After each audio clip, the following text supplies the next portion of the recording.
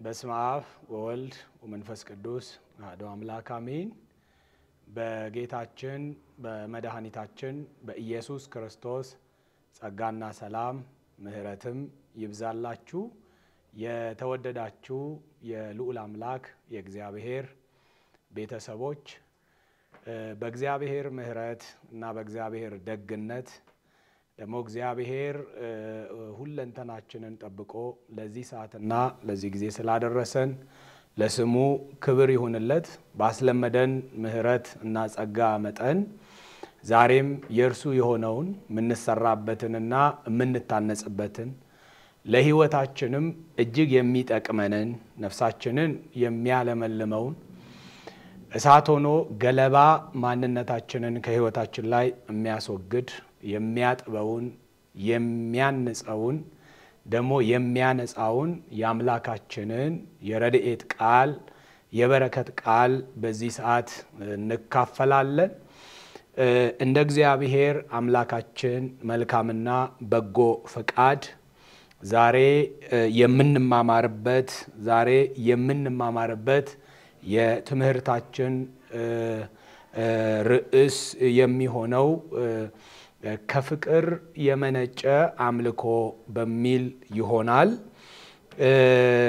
ለዚህ ርዕስ ደግሞ መነሻ የሆነ ዘንድ የመረጥኩት የመጽሐፍ ቅዱስ ንባብ ክፍል ደግሞ የጌታችን የመድኃኒታችን የኢየሱስ ክርስቶስ ወንጌል ዮሐንስ እንደጻፈልን ምዕራፍ 12 ቁጥር 1 እስከ 8 ያለው ይሆናል።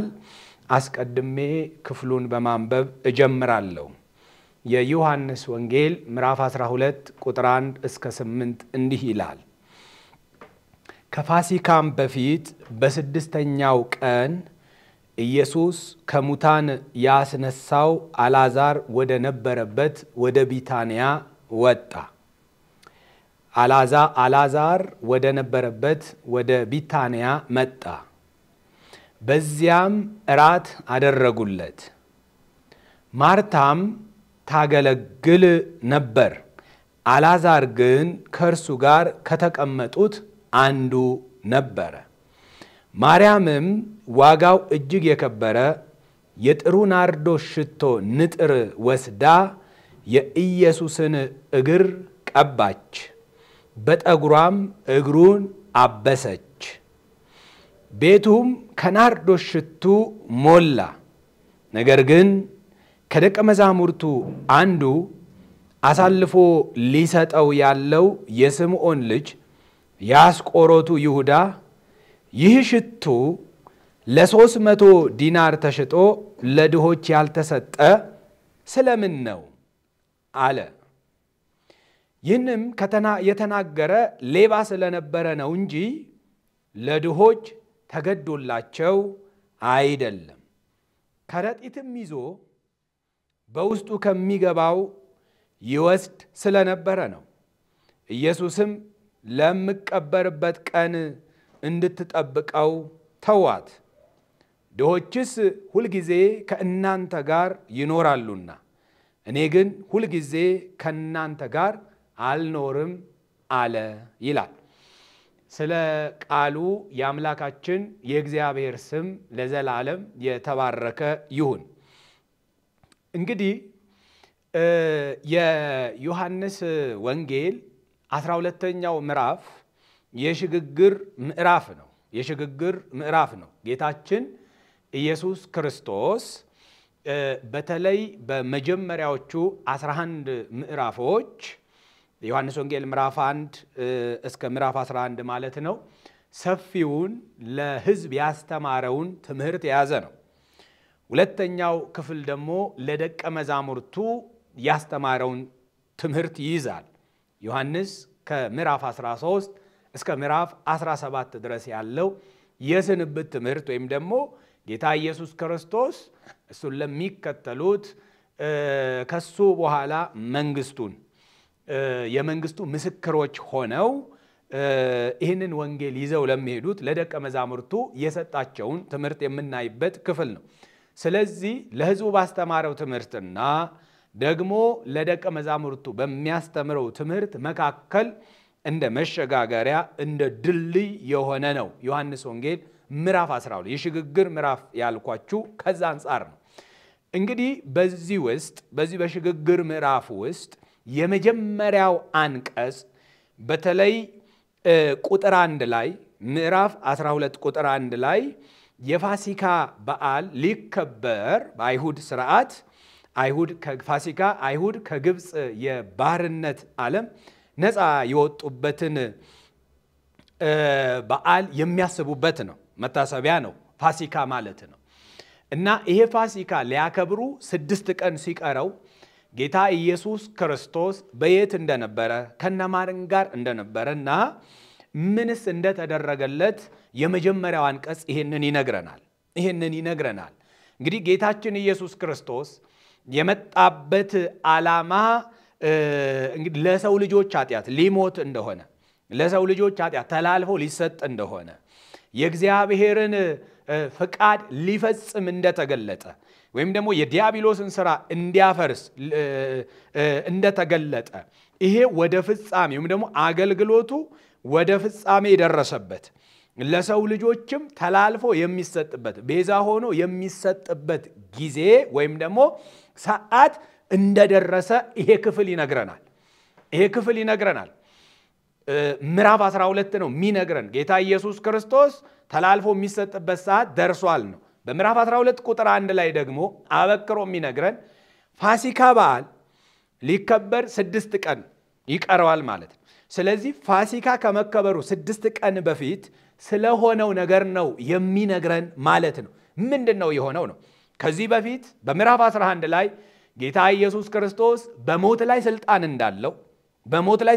እንዳለው በተለይ ምዕራፍ 11 ቁጥር 25 ላይ ትንሣኤና ሕይወት እኔ ነኝ፣ የሚያምንብኝ ቢሞት እንኳን ሕያው ይሆናል ብሎ ተናግሯል። ይህንን ያደረገው ደግሞ አልዓዛር የሚባልን ሰው በቢታንያ የሚኖር ከሞተ 4 ቀን ከሆነው በኋላ በአራተኛው ቀን ከሞት እንዳነሳው ምዕራፍ 11 ይዘግብልናል። ጌታ ኢየሱስ በሞት ላይ ስልጣን አለው፣ ሞትንም ሊሽር ተገልጧል። አልዓዛርን ከመቃብር አልዓዛር ናውጣ በሚል ጎትቶ አውጥቶታል። በቃ አልዓዛር ከመቃብር እንዲወጣ ማለት ነው። አልዓዛር ና በሚል አልዓዛር ከተቀበረበት መቃብር እንዲወጣ በድምፁ ብቻ ጠርቶታል። ኢየሱስ በሞት ላይ ስልጣን እንዳለው ሞት ከሱ በታች እንደሆነ ምዕራፍ 11 ላይ አስረግጦ ተናግሯል። ሕይወትን የሚሰጥ ነው ጌታ ኢየሱስ። ይሄን ምዕራፍ 11 ላይ ተናግሯል። ምዕራፍ 12 ላይ በኢየሱስ ዙሪያ ከነበሩ ሰዎች መካከል አንዱ አልዓዛር እንደሆነ ይሄ ክፍል ይነግረናል። ይህን ልብ ብላችሁ አስተውሉ። ፋሲካ ሊከበር 6 ቀን ቀርቶታል። አንድ ሰው ስሙ አልተጠቀሰም። እራት ጌታ ኢየሱስ ክርስቶስን ይጋብዘዋል። ቦታው አልዓዛርና እህቶቹ ማርያምና ማርታ በሚኖሩበት በቢታንያ እንደሆነ ይሄ ክፍል ይነግረናል። ሰውየው ማንም ይሁን ምን ቦታው ቢታንያ ነው። የና አልዓዛር መንደር ነው። አልዓዛርና ማርያም ማርታ የሚኖሩበትም ከተማ ነው። በዛ ለኢየሱስ አንድ ሰው እራት አደረገለት ወይ ደግሞ እራት ጋበዘው ማለት ነው።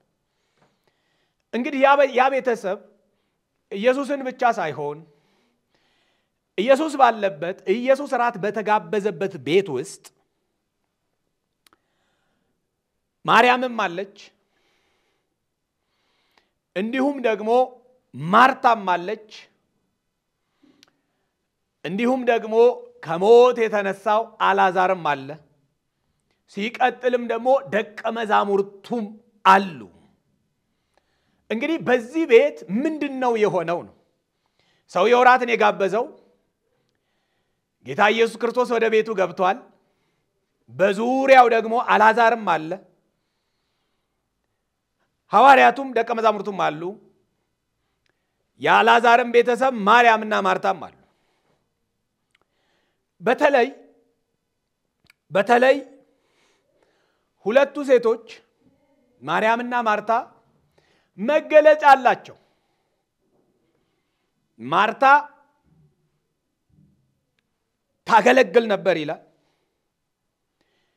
በአንድ ወቅት ጌታ ኢየሱስ ክርስቶስ ወደ ማርያምና ወደ ማርታ ቤትም ሲመጣ እነዚህ ሁለት ሴቶች ያደረጉት ተመሳሳይ ነው። ማርያም እግሩ ስር ቁጭ ብላ ጌታን ትሰማ ነበር። ማርታ ግን ልታገለግለው ወደ መስተንግዶ ክፍል ገብታ ነበር።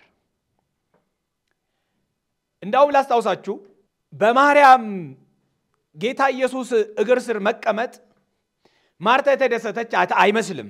ምክንያቱም ጌታ ሆይ እኔ እንዲህ ስደክም ዝም ብለህ ለምን ታየኛለህ? እንደው ተነሽና እርጃት እንዴት አትልም የሚል ወቀሳ የሚመስል ንግግር በጌታ በኢየሱስ ክርስቶስ ዘንድ አቅርባለች እቺ ሴት ማርታ በማርያም ላይ። ጌታ ኢየሱስ ለማርታ የመለሰላት አንድ ነው።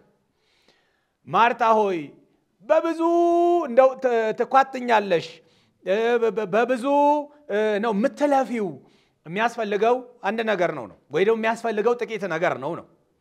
ግን አንቺ በብዙ ነው ምትደክሚው ነው ያላት።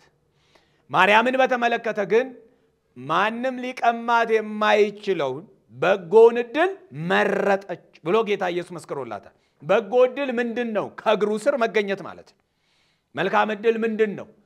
ማገልገሏ ጥሩ ነው። ጌታ ኢየሱስ ክርስቶስ በቤቷ ገብቷል። ስለዚህ እሱን ለማስተናገድ ደፋ ቀና ማለቷን ኢየሱስ ክርስቶስ አይገባም አይደለም ያላት፣ ዕውቅና ሰጥቷል ለዛ። ግን የማስቀደም ችግር ነው ማርታ ላይ የምንመለከተው።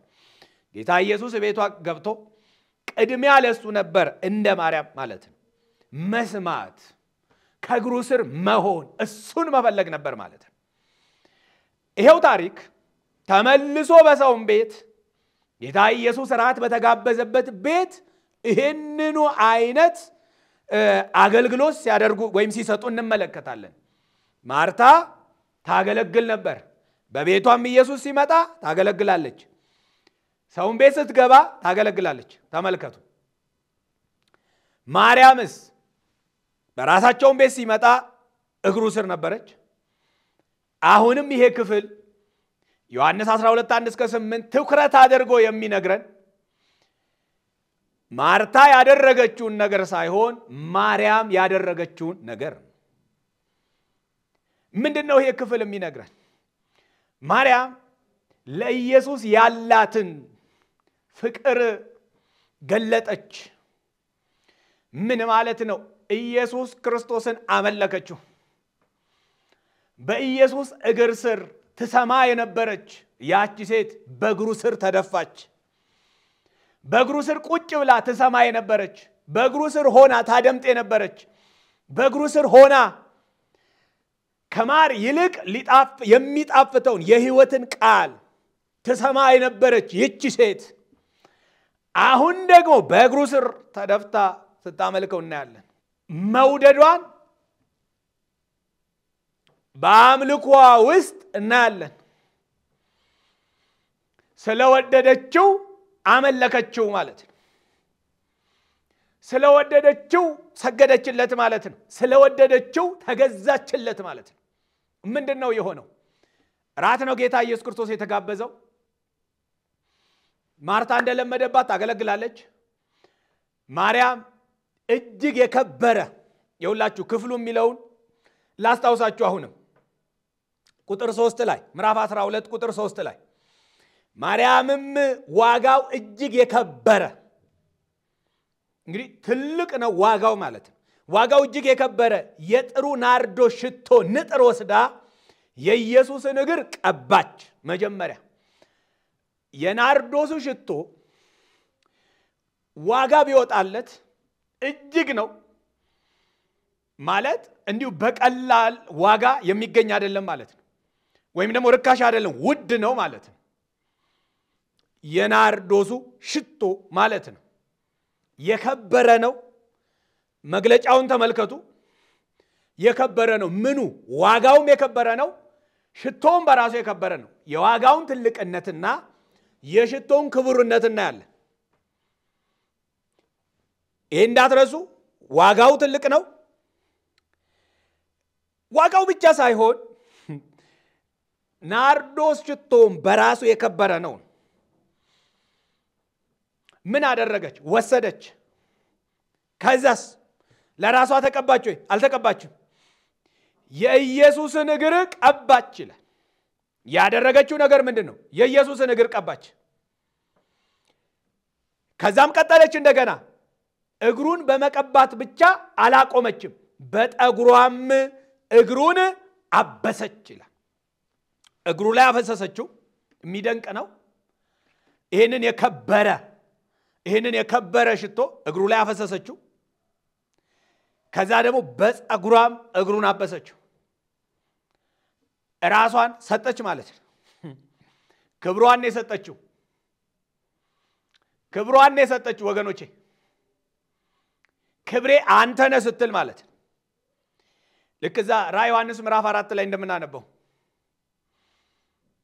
እነዛ አክሊል በራሶቻቸው ላይ የተደፋላቸው ሽማግሌዎች ክብሩን ሲያዩ፣ ታላቅነቱን ሲያዩ፣ በሰማይ አምልኮ ሲመሰጡ አክሊላቸውን አውልቀው እንደሰገዱለት ካንተን የተሰጠን ያው ያንተው ነው፣ ያንተን ደግሞ መልሰ ላንተን ሰጣለን ሲሉ አክሊላቸውን አውልቀው አክሊል ያጠለቀላቸው አክሊል ያደረገላቸው ራሱ ነው። ሕያው አምላክ ራሱ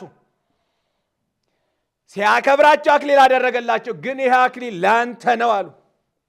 አወለቁና ሰገዱለት። ስለዚህ እቺ ሴት ማርያም ክብሬ አንተ ነህ ስትል ወገኖቼ ማንም ሊያደርግ የማይችለው ማንም ሊቀባ ይችላል። በፀጉሩ ግን የሚያብስ የለም። ጌታ ኢየሱስ ክርስቶስን እግሩን ሽቶ የቀባችውን እግሩን በፀጉሯ አበሰችው ይላል። ምን ያህል ብትወደው ነው እንደዚህ ያደረገችው? ያላትን የሰጠችው ሕይወቷን ስለሰጠች ያላትንና በሕይወቷ ውስጥ ውድና ትልቅ የተባለውን ነገር ለመስጠት አልሳሳችም። ምክንያቱስ ኢየሱስ ለሷ ምን እንደሆነ በትክክል ተረድታለች። ኢየሱስ ለሷ ምን መሆኑን እንደሆነ በትክክል ተረድታለች ወገኖቼ፣ በትክክል ገብቷታል። ይሄ ከታ መጣችሁ? እግሩ ስር ተቀምጣ ከአፉ ቃልን ሰምታለች። ያ ቃል ሕይወቷን ለውጧታል። ያ ቃል ማንነቷን ለውጧታል። ስለሱ ያላትን መረዳት ጨምሮላታል። ስለዚህ ወደደችው ወገኖቼ። ከወደደችው ደግሞ አመለከችው። ስለወደደችው ደግሞ ተገዛችለት። ራሷን ነው በፊቱ ያፈሰሰችው። ራሷን ስለሰጠች በሕይወቷ ውስጥ የከበረ ነው ያለችው ትልቁን ዋጋው እጅግ ትልቅ የሆነው የከበረውን የናርዶስን ሽቶ በእግሩ ላይ አፈሰሰች። በቃ ያላትን በሙሉ ነው የሰጠችው ወገኖቼ። የሳሳችው የለም። ለጌታዋ ለንጉሷ የሳሳችው የቆጠበችው ነገር የለም። በቃ ያላትን በሕይወቷ ውስጥ ትልቅ የምትለውን በሕይወቷ ውስጥ ዋና የምትለውን ነገር በኢየሱስ እግር ስር አኖረችው ማለት ነው። እግሩ ስር አፈሰሰችው ማለት ነው። ይሄ ምንድነው? ከፍቅር የመነጨ አምልኮ ማለት ነው። ኢየሱስን ስለወደደችው እንደዛ አደረገች። ጌታዋን ስለወደደች እንደዛ አደረገች። ይህ አስደናቂ ነው። ይሄ እንዴት ነው የመጣው? ይሄንን በደንብ ስሙኝ ወገኖች እንዳዘነጉ። ይሄ እንዴት ነው የመጣው? እድገቷን ተመልከቱ። እግሩ ስር ቁጭ ብላ ነበር ስትማር የምንመለከታት። ሉቃስ 10 የሚነግረን እሱን። እግሩ ስር ቁጭ ብላ ትማር ነበር። እግሩ ስር ቁጭ ብላ ከአፉ የሚወጣው የጸጋውን ቃል እየሰማች ሕይወቷ ተለወጠ። ኑሯ ተለወጠ። ስለዚህ ምን አደረገች? አመለከችው። የተለወጠ ሕይወት ያለው ሰው ያመልካል ወገኖቼ። ስጦታው በሙሉ ከምን የመነጨ ይሆናል? ከፍቅር። ከኢየሱስ የወሰድነው ነገር ምንድነው ወገኖቼ? ከኢየሱስ የተማርነው ነገር ምንድነው? ኢየሱስ ያስተማረን ምንድነው? ምንድነው ያስተማረን? እግዚአብሔር እንደሚወደን ነው ጌታ ኢየሱስ ክርስቶስ ያስተማረን። ምክንያቱስ እግዚአብሔር የሰጠን ምንድነው? ፍቅር ነው። ይሄ አብዛኞቻችን የምናውቀው የመጽሐፍ ቅዱስ ክፍል ነው። ዮሐንስ 3:16 ላይ እግዚአብሔር አንድያ ልጁን አሳልፎ እስኪሰጥ ድረስ ዓለሙን እንዲወዷል ነው። ወዶ ልጁን ሰጠ። ልጁ ደግሞ ምኑን ሰጠ? ራሱን ሰጠ። ራሱን የሰጠው በምን መሰረት ነው? ነፍሱን ለወዳጆቹ አሳልፎ ከመስጠት የሚበልጥ ፍቅር ለማንም የለው። አብ ስለወደደን ምኑን ሰጠን? ልጁን ሰጠን። ልጁ ስለወደደን ምኑን ሰጠን? ሕይወቱን ሰጠን። ሕይወቱን ሰጠን። ስለዚህ ጌታ የነገረን ያስተማረን ምንድነው? እግዚአብሔር እንደሚወደን ያለምንም ቅድመ ሁኔታ ማለት ነው። ያለምንም ቅድመ ሁኔታ መጽሐፍ ሲናገር አስቀድሞ እርሱ ወዶናልና እኛ እንወደዋለናል። እሱ ባይወደን እኛ እሱን የምንወድበት ወገኖች አቅም የለንም። እንኳን ልንወደው በሐሳባችን እንኳን ጠላቶች የነበርነው ነው እግዚአብሔር በጌታችን በኢየሱስ ክርስቶስ የመስቀል ላይ ሞት የታረቀን ማለት ነው። በሐሳብ እንኳን ጠላቶች የነበርነው ማለት ነው። ስለዚህ እግዚአብሔር የገለጠው ምንድነው? ፍቅር ነው የገለጠው። ኢየሱስ ክርስቶስ የገለጠው ምንድነው? ፍቅርን ነው። መወደድ ተወዳችኋል የሚል ማለት ነው። ጌታ ኢየሱስ ክርስቶስ በዚች ሴት በማርያም ሕይወት ውስጥ የገለጠው የእግዚአብሔርን ፍቅር ነው። የእግዚአብሔርን ፍቅር ለፍቅሩ ምላሽ ማርያም በእግሩ ስር ተደፋች፣ አመለከችው፣ ከፍቅር የመነጨ አምልኮን ሰጠችው። ምክንያቱስ ጌታ ኢየሱስ ለሷ ምን እንደሆነ የምታውቀው እሷ ብቻ ናት።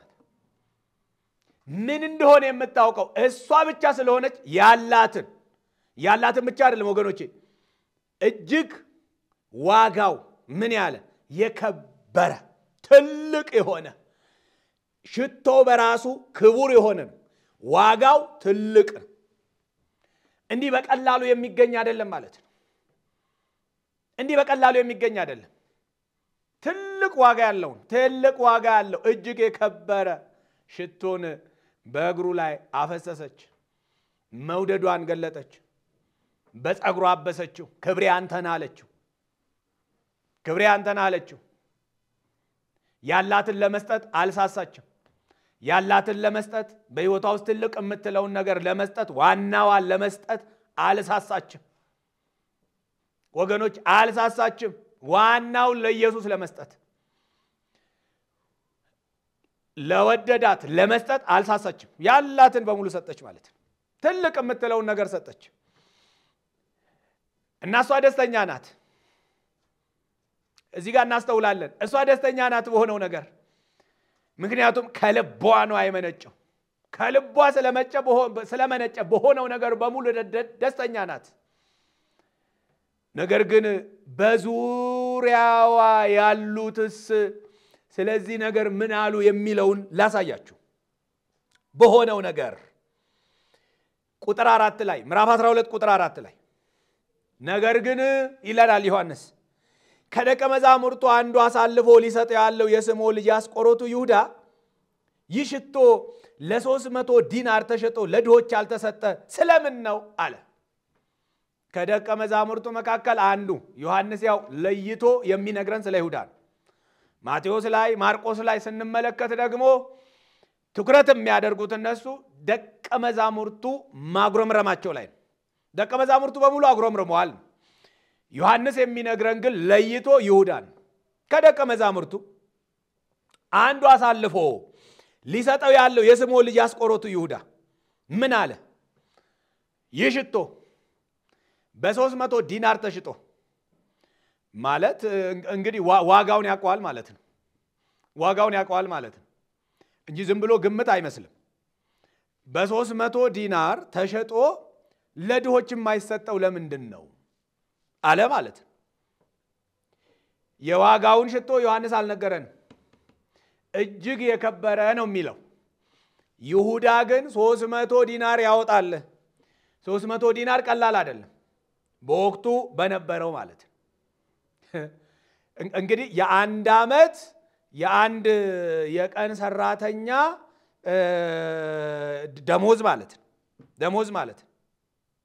300 ዲናር ማለት በአንድ ዲናር ነው የአንድ ዕለት የአንድ ቀን የቀን ሰራተኛ ደሞዙ አንድ ነው። አንድ ዲናር እንግዲህ 300 እንግዲህ ለዓመት የተወሰኑ ወራቶች የሚቀሩት ማለት ነው። በ300 ዲናር ተሽጦ ለድሆች የማይሰጠው ለምንድን ነው? ምን እያለ ነው? ይሄ ማባከን ነው። መሬት ላይ ነው የፈሰሰው። ዋጋው እጅግ ትልቅ ነው። ቢሸጥ ሌሎች ይጠቀሙበታል። ይሄ ግን ፈሷል። እውነት ነው። በሽቶ መዓዛ ቤቱ ተሞልቷል። ቤቱ በሽቶ መዓዛ ተሞልቷል። ግን ብክነት ነው እያለ ያለው። ከዚህ ይልቅ ቢሸጥ ጥሩ ዋጋ ያወጣል። 300 ዲናር ያወጣል።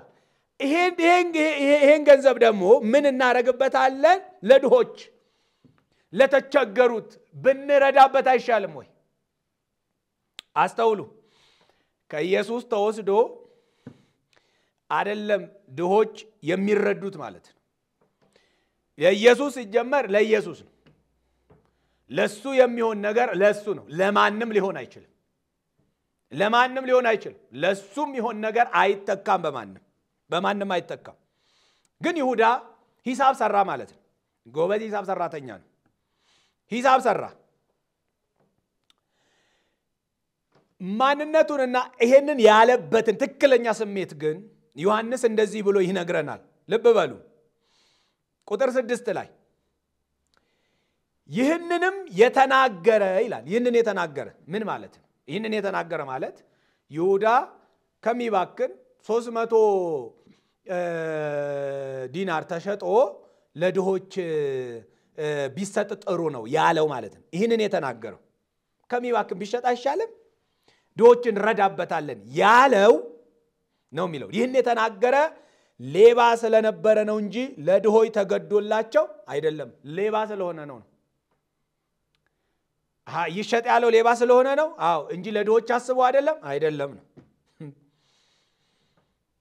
ይቀጥልና ከረጢትም ይዞ በውስጡ ከሚገባው ይወስድ ስለነበረው ሌብነቱንም በዝርዝር ነው የነገረን። በዝርዝር ማለት በዝርዝር ነገረ። ምን ብሎ? ከረጢት ይዞ ነው የሚሄደው። እንግዲህ ያው ገንዘብ ማስቀመጫ ማለት። ከዛ ከረጢት ውስጥ እንግዲህ አመል አለበት ማለት ነው። አመል አለበት። ከከረጢት ውስጥ ምን ይወስዳል ማለት? ገንዘብ ይወስዳል። ለራሱ ማለት ነው። ለራሱ ማለት ነው። ይሄ አስደናቂ ነው። አስደናቂ ነው። ኢየሱስን እየተከተለ ሌብነት ማለት ነው። ኢየሱስን እየተከተለ ሌብነት ማለት ነው። ኢየሱስን እየተከተለ ስለዚህ እንደው ገንዘብ ያዥ ነው ማለት ነው። የሐዋርያቱ በሙሉ እንደው ሉቃስ 8 ላይ ይነግረናል። ኢየሱስን በገንዘብ የሚያገለግሉ ሴቶች እንደነበሩ ሉቃስ 8:1 ይነግረናል። እንግዲህ እነሱ በሙሉ ያመጡ ከረጢቱት ያስገባሉ። ያንን ይይዛል። ገንዘብ ያዥ ነው ማለት ነው። ከዛ ውስጥ ግን ምንድነው የሚያደርገው ይሁዳ? ተመልከቱ። እጁን እያስገባ ይወስዳል። ለማ? ለራሱ። ምን ስለሆነ? ሌባ ስለሆነ ማለት ነው። እንደዛ ነው የሚለን። በከረጢትም ይዞ በውስጡ ከሚገባው ይወስድ ስለነበረ ነው። ይወስድ ስለነበረ ነው እንጂ ለድሆች ተገዶላቸው አይደለም። ምን አይነት ልብ ቢኖረው ነው እንደዚህ ያሰበው ወገኖቼ? ላዩ ለድሆች የሚያስብ ይመስላል። ለድሆች የተገደደ ይመስላል። ግን በድሆች ስም መነገር ነው የሚፈልገው። ያውም ከየት ወስዶ? ከኢየሱስ ላይ ነጥቆ ማለት ነው። ለኢየሱስ ከሚሰጠው ላይ ነጥቆ፣ ለኢየሱስ ከተሰጠው ላይ ነጥቆ ከራሱ ካልሆነ ማለት ነው። ማርያም ከፍቅር ተነስታ ነው ያንን ያደረገችው። መውደዷን የገለጠችው። መውደዷን ለሱ ያላት ለአዳኟ ያላትን መውደድ ነው የገለጠችው። ይሄ ሰው ግን የሚለውን ተመልከቱ። ይሄ ደቀ መዝሙር የሚለውን ግን ተመልከቱ። ይሄ ማባከን ነው። ሽቶውን ብንወስድ 300 ዲናር ብንሸጠው ለድሆች ብዙ ነገራቸውን ይሸፍን ነበረ እና የራሱን ውስጣዊ ምኞት አያችሁ፣ ክፉ ምኞት ማለት ነው። በድሆች ሸፍኖ ማቅረብ ነው የፈለገው ማለት ነው። በመሰረቱ አሁንም ቢሆን አሉ እንደዚህ አይነት ሰዎች ወገኖቼ እንደዚህ አይነት ሰዎች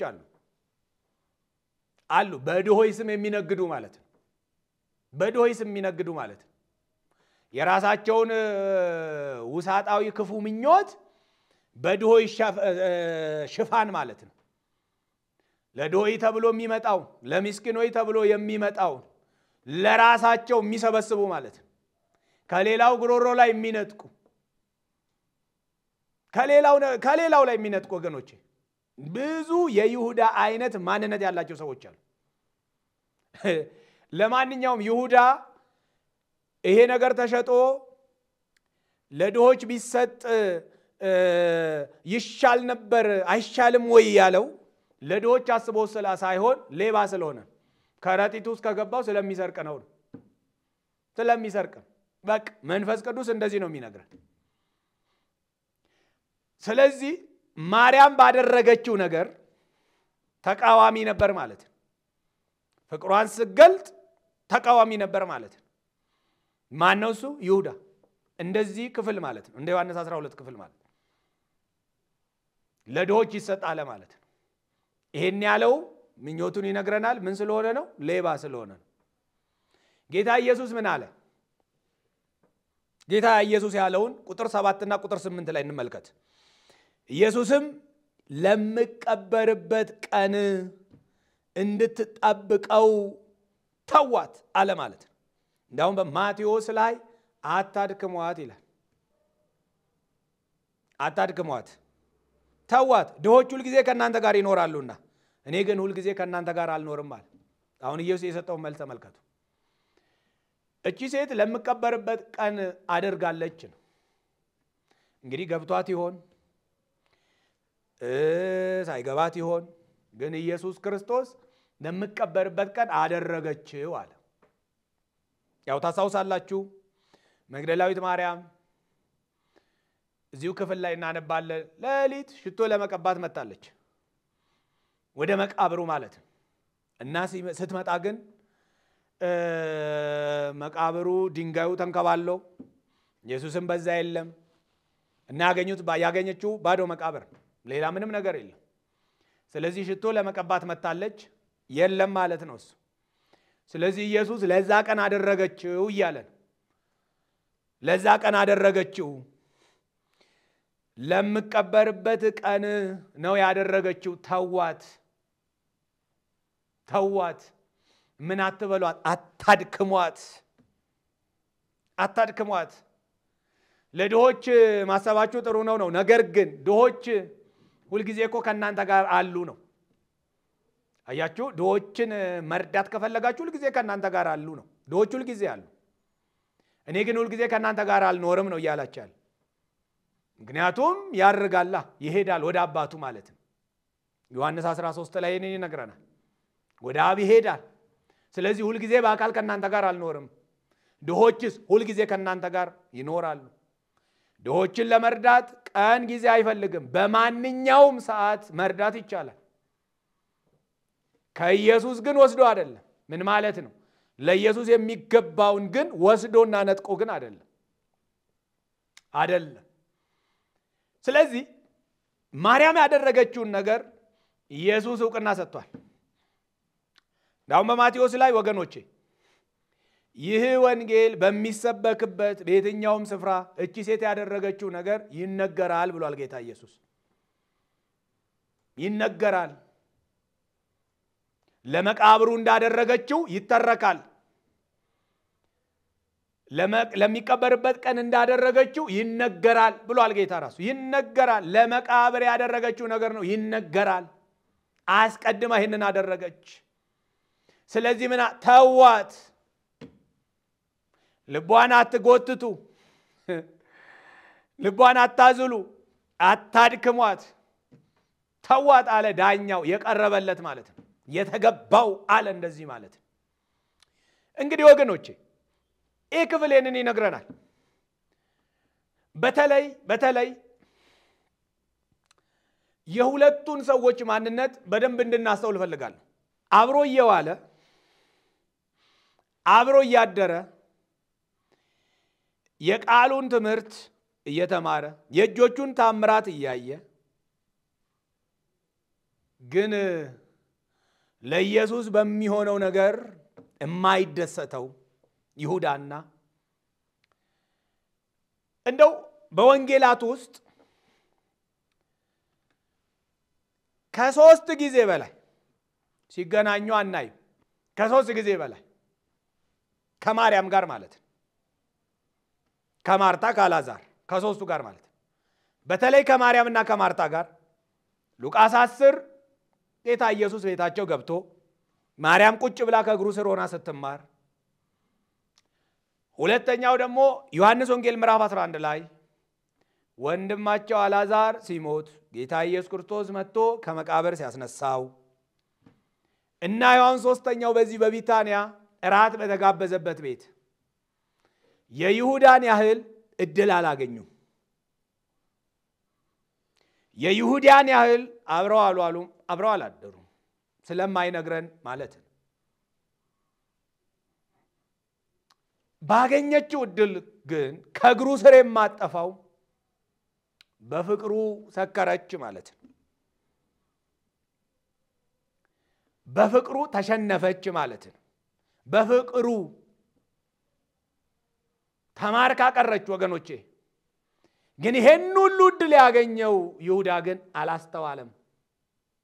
አላስተዋለም። ትዝ ያለው ሌብነቱ ነው። በማን ስም? በድሆች ስም፣ በሌሎች ስም መዝረፍ ከኢየሱስ ወስዶ ማለት ነው። እና እነዚህ ሁለቱ ሰዎች እጅግ አስደናቂ ነገር ከህይወታቸው ሲወጣ ብዙ እድል አግኝቶ ፍቅሩ ያልገባው ባገኘችው አጋጣሚ ደግሞ በፍቅሩ የተሸነፈችው በፍቅሩ የተማረከችው ማርያም ማለት በጎ እድል መረጠች የተባለችው እዚህ ጋር ደግሞ ከመውደዷ የተነሳ ስታመልከው እናያለን። በህይወቷ ውስጥ ዋናውን ነገር ስትሰጠው እናያለን። ይሁዳ ግን የዚህ ነገር ተቃዋሚ ሲሆን እናያለን። ልክ አይደለም ማባከን ነው ሲል እናያለን። ተወዳጆች ሆይ ይህንን መልእክት የምትሰሙ እግዚአብሔር ዛሬ ምንድነው እየነገረን ያለው ነው? በዚህ ክፍል ውስጥ ምንድነው እግዚአብሔር ሊያስተምረን የፈለገው? የማርያም ህይወት ምንድነው የሚያስተምረን? የይሁዳ ማንነት ምንድነው የሚያስተምረን? ይሁዳ አካሉ ነው ከጌታ ጋር ያለው፣ ልቡ ግን ከገንዘብ ጋር ነው ያለው። በመሰረቱ ይሁዳን ያጠፋው ገንዘብ ነው። ገንዘብ ስንል ደግሞ ገንዘብን መውደድ ማለት ነው። ሐዋርያው ቅዱስ ጳውሎስ እንደነገረ ገንዘብን መውደድ የኃጢአት ስር ነው። ገንዘብ በራሱ ሳይሆን ገንዘብን መውደድ የኃጢአት ስር ነው። ዕብራውያን 13 ላይ ወዳጆች ሆይ አካሄዳችሁ ገንዘብን ያለ መውደድ ይሁን ይላል። ምክንያቱም የኃጢአት ስር ስለሆነ ይሁዳን ጠላልፎ የጣለው ምንድነው? ገንዘብ ነው። 3 ዓመት ሙሉ አብሮት የኖረውን ጌታ 3 ዓመት ሙሉ ወገኖቼ ተመን የማይወጣለትን ጌታ፣ ዋጋ የማይወጣለትን ጌታ፣ ግን ዋጋ የሚከፈልለትን ጌታ በ30 ብር አሳልፎ የሸጠው፣ በ30 ዲናር አሳልፎ የሸጠው በገንዘብ ፍቅር ህይወቱ ስለተማረከ ስለተሸነፈ ነው። እሷ በኢየሱስ ተሸነፈች፣ እሱ በገንዘብ ተሸነፈ። ስለዚህ ለኢየሱስ የሆነውን ነገር በሙሉ የሚያይበት አይን ወገኖቼ ከገንዘብ አንፃር እንደሆነ መመልከት እንችላለን። ከገንዘብ አንፃር እንደሆነ እና ለኢየሱስ ምናችሁን ለመስጠት ነው የተዘጋጃችሁት? እቺ ሴት ያላትን ውድ የሆነውን ነገር አሳልፋ ሰጠች። ውድ የሆነውን ትልቅ የሆነውን ነገር አሳልፋ ሰጠች። በህይወቷ ውስጥ ዋና የሆነውን ነገር ሰጠች። ወገኖቼ ዋና የምትሉትን ለጌታ ስጡ። ዋና የምትሉትን ለሱ ስጡ። ዋና የምትሉትን ትልቅ ነው የምትሉትን እጅግ የከበረ ነው እጅግ ትልቅ ነው የምትሉትን ለጌታ ስጡ። በእግሩ ስራ ኑሩ። በእግሩ ስር ወገኖቼ በእግሩ ስራ ኑሩ። ከምንም ከፍቅር የመነጨ የምትወዱት አምልኩት። የምትወዱት ሕይወታችሁን ሰውለት እንደ ማርያም። እግሩ ስር ይሁን መገኛችሁ እንደ ማርያም። እግሩ ስር ይሁን መኖሪያችሁ እንደ ማርያም። እግሩ ስር ይሁን መዋያችሁ እንደ ማርያም። እግሩ ስር ይሁን ማደሪያችሁ እንደ ማርያም። ስበሩ በሕይወታችሁ ውስጥ ያለን ዋና የምትሉትን ነገር በእግሩ ስር አፍስሱለት። በእግሩ ስር አፍስሱለት። ይገባዋል እያላችሁ የናንተ የምትወዱት ብዙ ምህረት ያደረገላችሁ፣ ብዙ የራራላችሁ፣ ብዙ ይቅር የተባላችሁ፣ ብዙ ፍቅሩን የጠጣችሁ እናንተ እንደ ማርያም ዋና የምትሉትን ነገር ስጡት።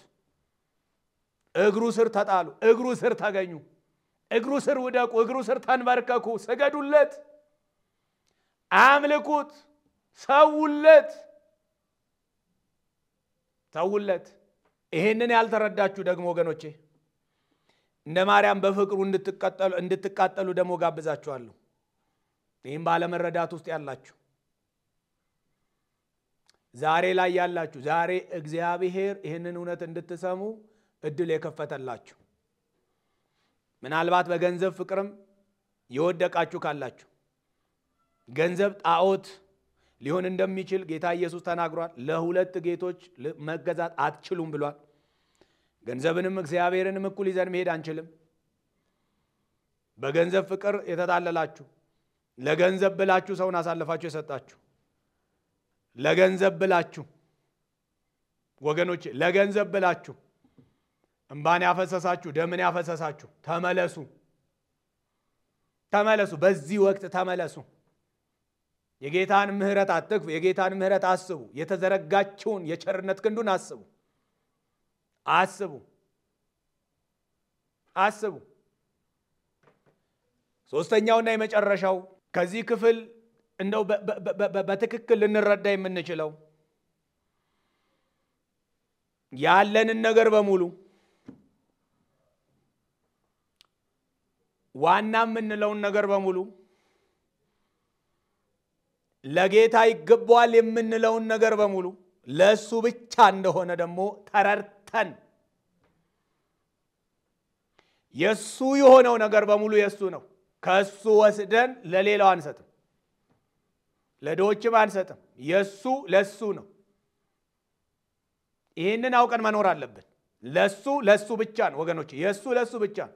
ከማንም ጋር አይነጻጸርም፣ ከማንም ጋር አይወዳደርም። ለጌታም እዚህ ጋር ለዶችም እዚህ ጋር እኩል አይሆንም። ለጌታ ዋናው ነው። ለጌታው የከበረው ነው። ለጌታ ትልቅ የምንለውን ነገር እንሰጣለን። ለሌሎቹም በተሰጠን ልክ ደግሞ እንሰጣለን። ይህንን እናስተውል። እግዚአብሔር ስለሰጠን መልካም የሆነው ቃሉ ስሙ ለዘላለም የተባረከ ይሁን። የጌታ ጸጋ በነገር ሁሉ ይብዛላችሁ ለዘላለሙ አሜን።